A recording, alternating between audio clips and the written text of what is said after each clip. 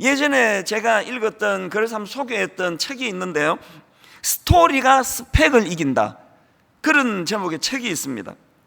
이 책의 부제가요, 최고가 아니라 유일함으로 승부하라. 그래서 스토리와 스펙, 또 최고, 유일함, 이게 다 뭘 말하는 거겠습니까? 여기서 말하는 최고 혹은 여기서 말하는 스펙은요, 경쟁 속에서 이겨야 하기 때문에 1등을 추구하려는 몸부림을 스펙이라 표현하고 또 최고로 표현하는 겁니다.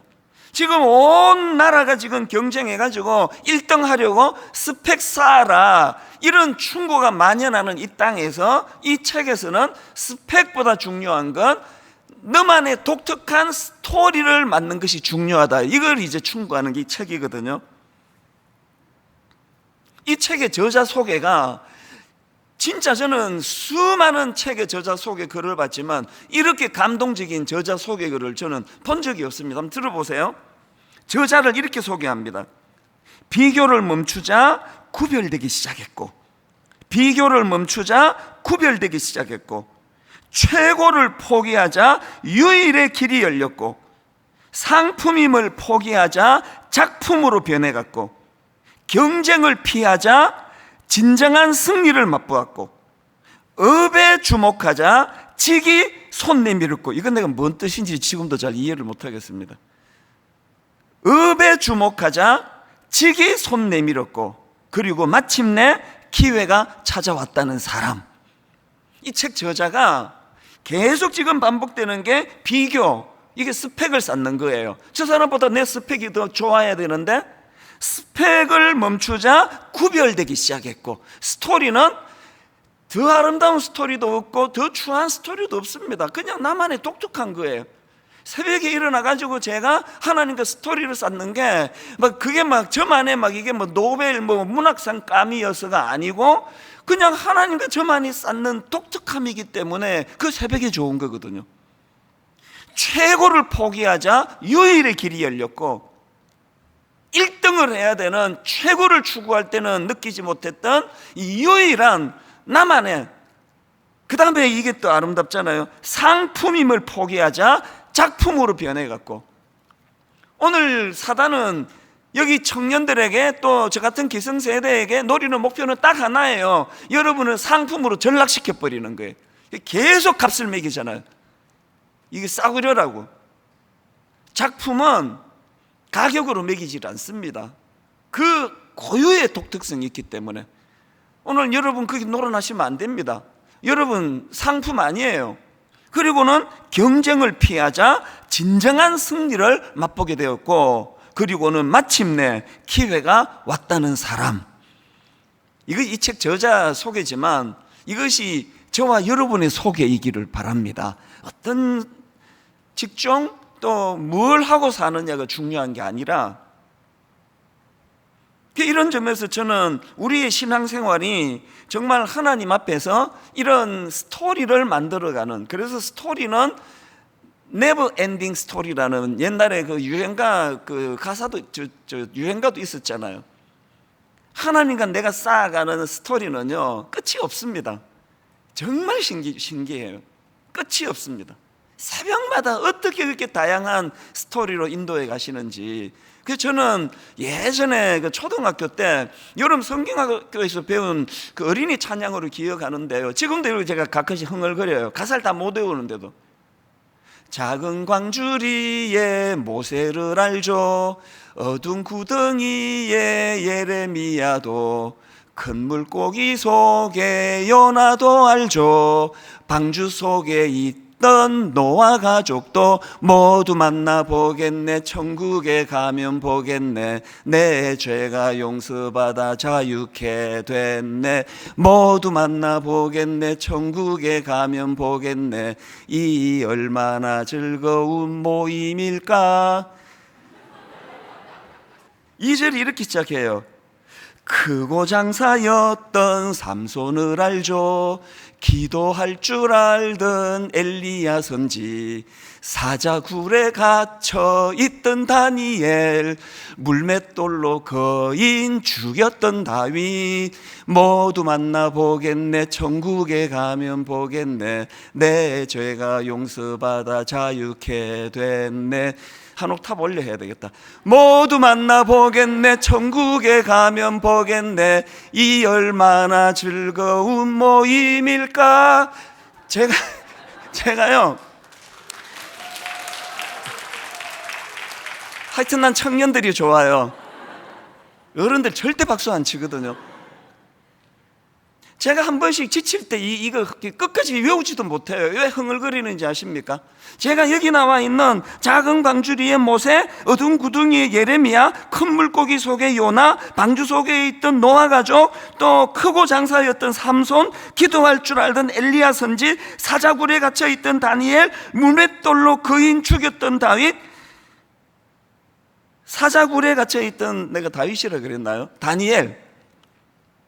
여기 나오는 수많은 믿음의 인물들 하나하나가 그 누구와의 경쟁도 없고, 누가 더 훌륭하고 누가 덜 훌륭하고도 없고, 이 한 사람 한 사람 한 사람이 딱 한마디로 특징 지어지는 하나님과 자기만이 쌓아가는 스토리가 있는 거. 스토리가, 그 스토리를 한마디로 압축할 수 있었기 때문에 이 모든 인물들이 다 너무나 아름다운 거거든요.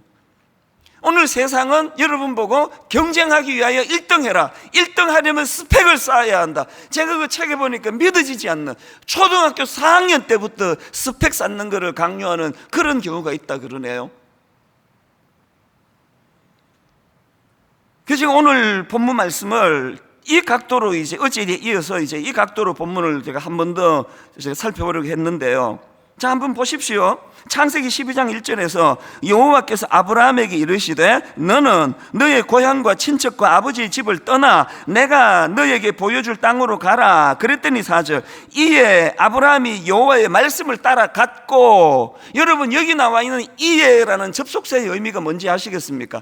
이에 아브라함이 여호와의 말씀을 따라갔고, 이거는요, 아브라함이 하나님의, 우리 같이 스토리 좀 만들어 볼래? 그렇게 하고 1절에서 툭 던진 제안에 대하여 이에 좋죠, 그것의 의미예요. 그 아브라함의 이에라는 하나님 말씀에 대한 반응이 있는 그 순간부터 이제 하나님과의 스토리가 만들어가기 시작하는 거예요.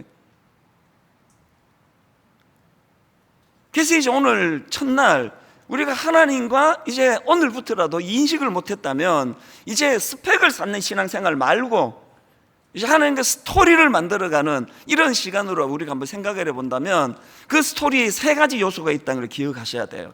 하나님과 만들어가는 그 스토리에 3가지 특징이 있는데, 첫 번째 꼭 기억하세요. 그 스토리의 주도자는 하나님이세요. 하나님과 함께 스토리 만들기 전에는 내가 주도자였는데, 하나님과 함께 만들어가는 스토리에는 주도자가 하나님이십니다. 오늘 본문 1절도 하나님이 주도하세요. 먼저 아무 준비가 안 돼 있는 아브라함에게 여호와께서 아브라함에게 이르시되 너는 너의 고향과 친척과 아버지 집을 떠나 내가, 이게 중요하잖아요, 내가 너에게 보여줄 땅으로 가라. 그리고 2절 3절도 마찬가지입니다. 내가 너로 큰 민족을 이루고, 우리말에는 이게 뭐 하도 자주 있어가지고 뺐는데요, 이거 빼면 안 되는 걸 빼는 거예요. 사실은 번역하면서 내가 히브리어로 보면 너로 큰 민족을 이루고 내가 너에게 복을 주어 내가 너 이름을 창대하게 하리니 너는 복이 될지라. 너를 축복하는 자에게는 내가 복을 내리고 너를 저주하는 자에게는 내가 저주하리니 땅의 모든 족속이 너로 말미암아 복을 얻을 것이라 하신지라. 지금 여러분 창세기 10장 1절부터 3절에 하나님이 아브라함과 스토리를 만들어 가기로 작정하시고 지금 작정하고 하시는 이 표현을 참 번역하는 분이 이 의미를 몰라가지고 이 내가가 너무 많네 그래가지고 막 몇 개를 뺄 정도로 계속 반복하시는 강조가 내가예요. 내가. 창세기 1장 읽으면 12장 읽으면서 자꾸 뭐 복이 될지라가 이게 주제어다. 뭐 떠나가라, 뭐 가라, 이게 주제다 이렇게 오해하시는데요. 여러분, 모든 성경이 다 그렇지만 특히 창세기 12장 1절부터 5절까지에서는 내가가 주제예요. 내가가 가라 이런 거 아니고요. 뭐 복이 되라. 자꾸 그 12장은 복설교할 때만 본문을 잡지만 아닙니다. 창세기 12장 1절부터 5절까지 해서 가장 중요한 주제어는 내가예요. 내가. 그 스토리를 주도하시는 하나님. 내가. 여러분 1절에서 여호와께서 아브라함에게 이르시되 너는 너의 고향과 친척과 아버지 집을 떠나 내가 너에게 보여줄 땅으로 가라. 너에게 보여준 땅이 아니라 보여줄 땅으로 가라. 사람들은 이걸 되게 어려워하는데요. 여러분 다 보여줘 버리면 무슨 재미예요 그게. 여기 여러분 하나님께서요 너에게 보여줄 땅으로 가라. 이걸 너무 힘들어하지 마세요. 이거 미지의 세계에 뭘 믿고 가고 뭐 이런 얘기 모르는 소리예요. 보여줄 땅 다 안 알려주셨기 때문에 그게 아름다운 스토리가 되는 거 아닙니까? 그 고비고비 그 순간순간 하나님이 어떻게 인도해 주시는가. 저는 하나님이 주도하시는 그 주도자 하나님이라는 이 내용을 가지고 이제 인터넷에서 우연히 본 글 하나가 계속 이제 머리에 맴도는데요. 자, 그 아프리카 북부에 있는 사하라 사막에서 있었던 일이라고 하네요. 그 사막 한가운데 이제 오아시스가 있고 뭐 이제 그런 지역 같은데 거기에 비셀이라는 작은 마을이 있었답니다. 거기서 이제 이 사막을 가로질러 빠져나가려면 한 사흘, 한 3일 내지 4일 정도가 이제 걸린다 그러는데요. 불행하게도 그 마을 사람들은 그 사막을 떠나본 적이 없다는 거예요. 여러 번 시도를 했지만 거기를 벗어날 수가 없었대요. 여러 번 시도를 했지만 결국은 제자리를 맴도는 일이 일어났는데 그러던 와중에 1926년도에 영국 사람 켄 레맨이 그 마을을 찾은 겁니다. 그리고 이 사람들을 보니까 아무리 그 마을을 벗어나려고 여러 방향으로 애를 쓰지만 계속 제자리로 돌아오는 걸 이 켄 레먼이라는 사람이 발견하고는 아니 이상하다. 이게 지금 딱 한 3, 4일이면 그 벗어날 수 있는데 왜 마을 사람은 그게 안 될까? 그래서 청년 하나를 고용해가지고 이제 실험을 한 거예요. 그 청년을 고용해가지고 한 열흘 정도, 한 보름치 정도의 물과 낙타 4피를 준비해가지고 이제 워낙 헤매니까요. 그렇게 길을 떠난 겁니다. 이 청년이 결국은요, 열흘 동안이나 사막을 헤매다가 다시 원점으로 돌아오더래요. 그런데 그 켄 레먼이라는 영국 사람이 그 과정에서 이 사람들이 왜 이런 어리석은 반복을 계속하는 이유를 찾았던 거예요. 그게 뭐냐?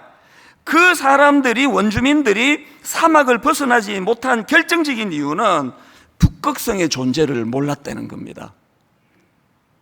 북극성의 존재를 모르다 보니까 이 북극성은 그 길 잃은 나그네들에게 이게 나침반 역할을 하는 거 아닙니까?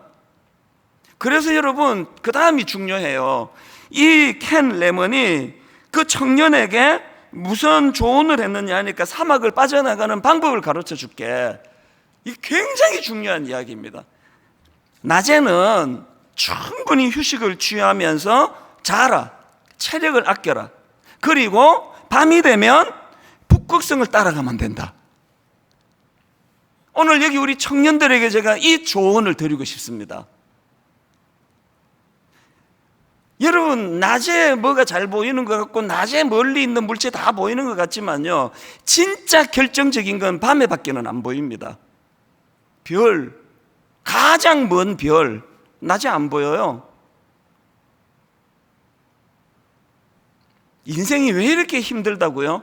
뭔가 열심히 하는 것 같은데 맨날 그 제자리, 우리 어릴 때는 그 제자리 곤배 그랬는데 그게 늘 제자리로 돌아오는 거 아십니까? 상징적으로 드립니다. 우리 청년들에게 낮에는 쉬세요. 상징적으로 하는 이야기예요. 낮에는 쉬세요. 체력을 보충하세요. 그리고 가장 결정적으로 보이는 것이 보이는 북극성이 보일 때 밤이 되면 북극성을 따라가시면 돼요. 이게 오늘 이 스토리의 주도자가 하나님이시라는 거. 아브라함이 하나님과 스토리를 써내려가면서 발견했던 가장 중요한 진리가 북극석 대신 하나님을 알게 된 거 아닙니까? 그래서 출애굽기 14장 13절 모세가 백성에게 이르되 너희는 두려워하지 말고 가만히 서서 여호와께서 오늘 너희를 위하여 행하시는 구원을 보라. 그 다음에 14절을 보십시오. 여호와께서 너희를 위하여 싸우시리니 너희는 가만히 있을지어다. 이게 그냥 뭐 놀고 먹으라는 뜻이 아닙니다. 이게 늘 우리는 이 말씀을 상징적으로, 제가 목회하면서 종종 하나님 앞에 너희는 가만히 있거라. 이 목사 깝죽대지 말고, 지금 막 네가 왕성하게 설칠 나처럼 보이니 이때가 네가 쉴 때야. 북극성이 떠오르기 눈에 보이기 전에는 설치지 마. 이게 너희는 가만히 있을지어다예요. 여러분, 이 스토리의 주도자가 하나님이시라는 걸 기억하시고요. 두 번째로, 하나님과 만들어가는 스토리에 도구가 있는데요, 그 도구는 하나님 말씀입니다. 이게 도구예요. 저는 오늘 본문에서 흥미로운 표현 하나를 발견했습니다. 4절을 다시 보시겠습니까? 흥미로운 표현이 뭐냐? 이에 아브라함이 여호와를 따라갔고, 이렇게 기록되어 있습니까? 뭐가 흥미로워요? 여호와를 따라갔고가 아니라 여호와의 말씀을 따라갔고예요. 이 차이를 아시겠습니까? 같은 얘기거든요. 왜 아브라함이 여호와를 따라갔고 그러질 않고 여호와의 말씀을 따라갔고 그랬느냐? 하나님이 주도자 되시는데 주도자 되신 하나님이 말씀을 도구로 쓰시기 때문이에요. 같은 맥락의 말씀이 뭐 여러 군데 나옵니다. 구약에 시편 56편 10절 내가 하나님을 의지하여, 그 다음 보시죠, 그의 말씀을 찬송하여, 여호와를 의지하여 그의 말씀을 찬송하리로다. 하나님을 의지한다는 건 말씀을 찬양하는 거예요. 말씀을 신뢰하는 거예요. 신명기 30장 20절 너희 하나님 여호와를 사랑하고 너희 하나님을 사랑한다면 그의 말씀을 청종하며 또 그를 의지하라. 하나님은 난 의지합니다. 그거는 말씀에 귀를 기울인다는 뜻이에요. 기독교 철학자 프란시스 셰퍼가 쓴 책 중에요, He is there and He is not silent. 이걸 우리나라에서는 거기 계시며 말씀하시는 하나님, 이렇게 이제 번역을 한 책이 있는데요, 막 이 절판이 돼서 구할 수는 없는데요, 그러나 저는 이 책 제목, 거기 계시며 말씀하시는 하나님, 거기 계시며 말씀하시는 하나님. 조금 전에 제가 이 말씀을 준비하는데 이제 찬양팀에서 이 찬양을 이제 뭐 준비하느라고 불렀던 것 같아요. 주님 나를 부르시니 두려움 없이 배에서 나가리라. 주님 나를 부르시니 주님 내게 오라시니 주님 보고 계시기에 의심치 않고 바다를 걸어가리라. 그 다음에 주님 여기 계시기에 이 깊은 바다가 반석이 되고 주님 여기 계시기에 반석 위를 내가 걸어가리라. 아까 옆방에 저기 준비하는데 이 찬양이 들려지는데 이게 또 눈물이 핑 도는 거예요. 왜? 지난 여름에 혼미한 시간을 내가 보냈다 그랬잖아요. 어금니 하나가 빠질 정도로 너무너무 두려움에 빠지고 일만성도 파수 운동이 잘 안 되면 어떡하나, 이게 성도들을 괴롭히는 그런 결과가 되면 어떡하나, 그런 두려움에 빠져 있었을 때, 여러분 지난 그 7월부터 오늘에 이르기까지 제가 이 자리에서 아브라함을 가지고 설교하게 된 것도 하나님의 말씀을 통해서 주신 깨달음이거든요. 주님 여기 계시기에 주님 나를 부르시니, 그리고 이 두 가지를 모으면 주님, 아까 말 그 책 제목 그대로 거기 계시며 말씀하시는 하나님. 지난 7월 이후로 너무너무 억장이 무너지고 앞이 캄캄하고 이제는 뚫고 갈 힘도 없고 되돌아오기에는 너무 멀리 와버린 이 절망적인 상황을 하나님은 너무나 멋진 스토리로 내 생애에 정말 잊혀지지 않는 아름다운 추억의 장이 제 책으로 한 1200장, 2200장, 3300장 그 이상으로 만들어졌을 텐데, 이번 여름 또 하나 너무나 아름다운 추억의 장이 만들어졌거든요. 그 모든 걸 이끌어 가신 그것이 새벽마다 말씀으로 해요. 말씀으로 저를 인도해 주셨다는 거. 우리 청년들, 여러분 너무나 아름다운 찬양 감사한데요, 여러분 이제 하나님의 도구가 말씀이라는 것을 꼭 기억하시기를 바랍니다. 마지막 세 번째로요, 하나님과 만들어가는 스토리의 결말, 마침내, 이게 액센트예요. 마침내 완성케 하시는 하나님이에요. 저는 5절 말씀이 너무너무 감동이 됩니다. 아브라함이 그의 아내 사레와 조카 롯과 하란에서 모은 모든 소유와 얻은 사람들을 이끌고 가나안 땅으로 가려고 떠나서 마침내 가나안 땅에 들어가니라. 여러분이 짧은 이 마침내 이 한마디 안에는요, 너무나 많은 스토리가 농축되어 있습니다. 믿음이 있는 것 같은데 믿음이 없는 아브라함, 너무나 순종을 잘하는 것 같은데 순종하지 않는 아브라함, 하나님의 말씀만 보고 가는 것 같은데 자기 생각으로 뭉쳐있는 아브라함, 이 모든 아브라함의 미숙함을 마침내 가나안 땅에 들어갔더라 이 한마디 안에 오래 참아주시는 그 하나님의 마음이 다 녹아있는 거 아닙니까? 여러분, 이 한마디 마침내 이 말씀 안에는 데살로니가전서 5장 24절 너희를 부르시는 이는 미쁘시니 너희를 부르시는 이는 신실하시니 그가 또한 이루시리라, 이 말씀을 녹여놓은 거거든요. 우리 청년들은 이 노래 모를 거예요. 제가 대학교 다닐 때, 고등학교 다닐 때, 내 중학교 다닐 때 그 히트친 노래인데요, 인생은 미완성 쓰다가 많은 편지, 이런 노래가 있습니다. 한때 굉장히 히트를 친 노래인데요, 제가 마침내라는 말씀을 묵상하다가 나 또 유행가 가사에 감동받는 거 근래에 처음에 막 너무 이 가사가 은혜가 되는 겁니다. 가사 한번 들어보세요. 제목은요, 인생은 미완성이에요. 계속 반복되는 게 이겁니다. 인생은 미완성 쓰다가 많은 편지, 또 인생은 미완성 부르다 멎는 노래, 또 인생은 미완성 그리다 많은 그림, 또 인생은 미완성 색이다 많은 조각.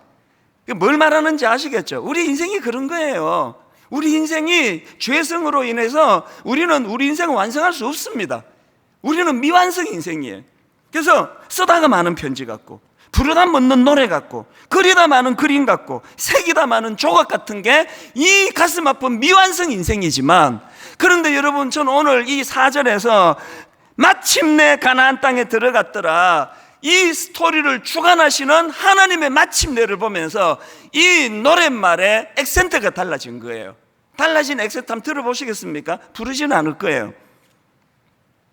인생은 미완성 쓰다가 많은 편지, 그래도 우리는 곱게 써가야 해. 인생은 미완성 부르다 멎는 노래, 그래도 우리는 아름답게 불러야 해. 인생은 미완성 그리다 많은 그림, 그래도 우리는 아름답게 그려야 해. 인생은 미완성 색이다 많은 조각, 그래도 우리는 곱게 새겨야 해. 마음이 막 너무 형언하기 어려운 많은 생각이 교차되는 게 이 노랫말이었습니다. 왜? 제 인생 이 두 액센트의 반복이었으니까요. 어제? 이것도 상징입니다. 어제? 내 인생은 미완성이야. 쓰다가 많은 편지 같아. 내 인생은 미완성이야. 도대체 부르다 멎은 노래같이. 내 인생은 미완성이야. 그리다 많은 그림 같아. 초라해. 내 인생은 미완성이야. 색이다 많은 조각 같아. 그래서 초라하고 비참해. 이게 어제 있었던 일인데 새벽에 주님의 말씀을 관통하고 나면은 액센트가 어느덧 달라져 있는 거예요. 비록 내 인생이 부족해서 쓰다가 많은 편지 같지만 그래도 우리는 곱게 써가야 해. 비록 내 인생이 부족해서 부르다 멎는 노래같이 초라하지만 그래도 우리는 아름답게 불러야 해. 참 초라하기 짝이 없는 미완성된 인생, 그리다 많은 그림 같은 내 인생이지만 그래도 우리는 아름답게 그려야 해. 참 초라한 내 인생, 색이다 많은 조각 같은 인생이지만 그래도 우리는 곱게 새겨야 해. 이 용기를 새벽마다 주시기 때문에 이 용기의 원천이 본문 5절에 나오는 아브라함이 그의 아내 사레와 조카 롯과 하란에서 모든 소유와 얻은 사람들을 이끌고 가나안 땅으로 가려고 떠나서 마침내 가나안 땅에 들어갔더라. 마침내 가나안 땅에 들어갔더라. 결론을 이렇게 맺기 원합니다. 이제 오늘부터 우리 하나님과 스토리 만들어가고 싶지 않으세요? 세 가지를 기억하세요. 그 스토리의 주도자는 하나님이세요. 그리고 그 스토리의 도구는 말씀입니다. 그리고 마침내 완성케 하시는 하나님, 이게 우리 이야기의 결말이에요. 저는 오늘 새벽에 제 아버지 생각이 나서 마음이 많이 울컥울컥했어요. 인간적으로 말하면, 순수한 세상적으로 말하면 우리 아버지는 그리다만 그림이에요. 목사님으로 교회를 불같이 일으키고 싶어서 40일 금식 기도를 하셨는데 40일 금식 기도를 끝내고 그날부터 교회가 부흥하기 시작해가지고 분당 우리 교회처럼 막 2만 명, 3만 명 모이는 교회가 됐으면 인간적으로 완성된 그림일 것처럼 보였을지 모르겠습니다. 아침에 제가 왜 울컥울컥 했을지 아세요? 인간적으로, 세상적으로 아버지 금식 기도하다가 돌아가시던 그 순간은 그리다만 그림 같고요, 색이다만 조각 같고요, 부르다 멈춘 노래 같고요, 쓰다가만 편지 같았지만 놀랍게도 영혼과 영혼을 이으시는 창조주 하나님의 시각으로 아버지의 그림이 거기까지 저에게 전수가 됐기 때문에 아들인 저의 그림에 중간에 애써야 되는 것들이 다 생략되고 바로 뛰어드니까 그림 그리기가 너무 좋은 거예요. 내 인생이 그런 거예요. 이때 어른들에게 저는 위로의 말씀을 드리며 이 이야기로 결론을 맺고 싶습니다. 여러분, 나이는 들어가고 몸에 힘은 빠져가고 뭐야 내 인생, 그리다만 그림 같네, 색이다만 조각 같네? 절대 그렇지 않습니다. 여러분, 영혼과 영혼을 여시는 하나님의 시각으로 인간의 눈으로 그리다만 그림 같은 그 그림으로 폐기하지 아니하시고 그 그림에서부터 이찬수 목사에게 그 나머지 그림을 그려가게 하시는 그 하나님이시기 때문에 여러분의 하나님 앞에서 했던 작은 몸짓 하나, 참 눈물 한 방울 하나 헛되이 끝나는 거 없다는 기억하시기를 바랍니다.